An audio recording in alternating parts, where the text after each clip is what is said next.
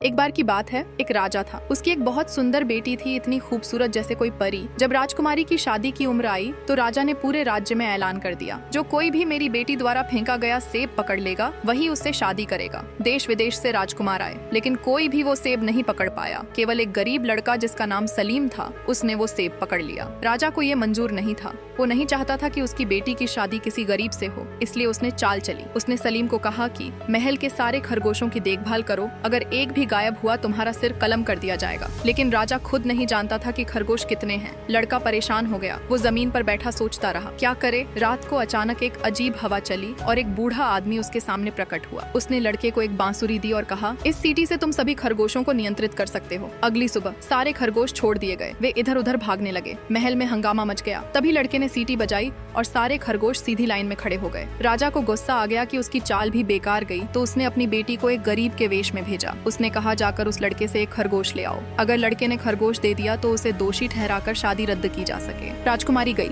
लेकिन सलीम ने उसे तुरंत पहचान लिया। फिर भी राजकुमारी ने कहा, मैं राजकुमारी नहीं, एक गरीब लड़की हूँ। सलीम ने मुस्कुराते हुए कहा, ठीक है, अगर तुम मुझे एक चुंबन दोगी तो मैं तुम्हें एक खरगोश दे दूंगा। राजकुमारी थोड़ी झिझकी, लेकिन फिर उसे चूम लिया। सलीम ने खरगोश उसके थैले में डाल दिया। राजकुमारी चली गई, लेकिन लड़के ने फिर से बांसुरी बजाई। थैले का खरगोश बाहर निकला और बाकी खरगोशों के पास लौट गया। राजकुमारी वापस महल पहुंची। राजा ने पूछा, खरगोश मिला? उसने बैग खोला, खाली था। वो डर गई और बोली, वो लड़का खरगोश नहीं दे रहा था। वो ये बताने की हिम्मत नहीं कर सकी कि उसने उसे चूमा था। राजा बहुत गुस्से में गधे पर सवार होकर उस लड़के के पास गया। उसने कहा, मुझे भी एक खरगोश चाहिए, मेरा शरीर बहुत कमजोर है। लड़के ने कहा, जरूर मिलेगा, बस आपको गधे की पूंछ को किस करना होगा। राजा ने मजबूरी में ऐसा किया और लड़के ने खरगोश उसके थैले में रख दिया। राजा खुशी से वापस चल पड़ा, लेकिन कुछ ही देर बाद लड़के ने बांसुरी बजाई और खरगोश वापस लौट आया। राजा ने कुछ नहीं कहा, बस मन ही मन शर्मिंदा हुआ। अगले दिन राजा ने कहा, तुमने खरगोशों का काम तो कर लिया, अब एक आखिरी परीक्षा बाकी है। अगर ये भी कर ली तो तुम मेरी बेटी से शादी कर सकोगे। राजा ने कहा, अब तुम्हें शेख ही मारनी है जब तक थैला भर न जाए।